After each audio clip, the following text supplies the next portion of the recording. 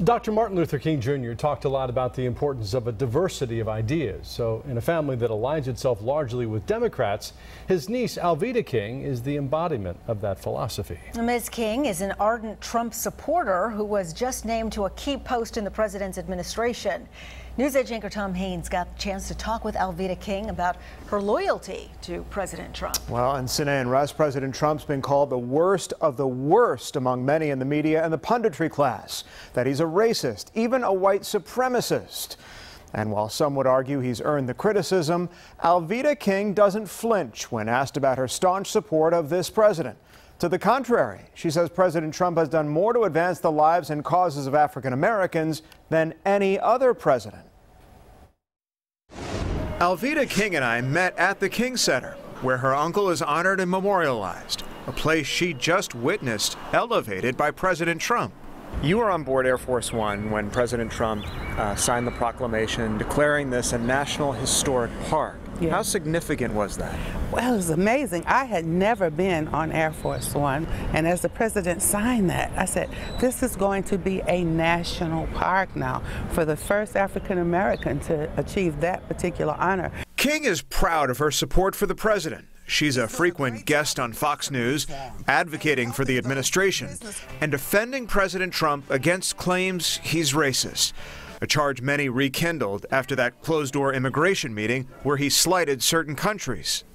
What was your takeaway from that negotiation, and did that say anything about the president's character? When the president used his phrase, I understood it. He was referring to the deplorable conditions in those countries caused by dictators and rulers who are selfish. They don't care about their people, they care about themselves.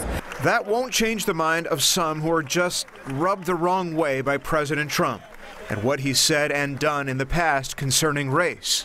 Many harken back to the birth certificate issue, his comments on Charlottesville.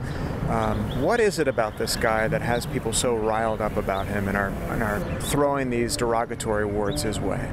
People are not always ready to change, and change often can create fear when you shake someone out of a comfort zone. But if he did not say some of the things he is saying, we would never have these conversations.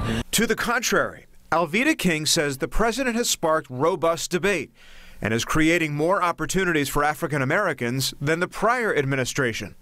What explains then certain members of the Congressional Black Caucus, certain Democratic representatives sitting out the State of the Union address, boycotting it, if you will?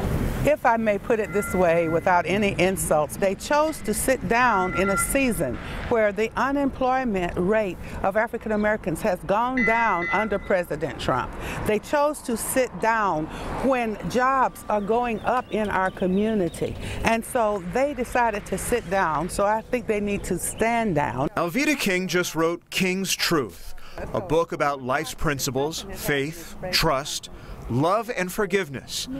All things she's cultivated through her rich life experience as the niece of the late civil rights icon and her unlikely path toward conservatism and support of the current president. Is it okay in the King family to have radically differing political viewpoints? How do you all reconcile that when you're together? Well, my cousin Martin III says we're not monolithic. We don't always agree, no we don't, but we always love each other. Shortly after our interview, Alva King was nominated by President Trump to serve on the Frederick Douglass Bicentennial Commission, which will work to honor the work of Douglass, who escaped slavery in 1838 and taught himself to read and become a gifted orator who forcefully spoke out against slavery. Russ and Sine, she's unwavering in her support of President Trump. I said I'd love to have my ear to the wall during the King Thanksgiving dinner to see how that discussion goes, but they say they all get along fantastic, and usually politics doesn't even come up, believe it or not. I'm sure a lot of families can relate to the idea of disagreeing and loving each other anyway. Yeah, it was good to talk to her. Thanks so much, Tom. Sure.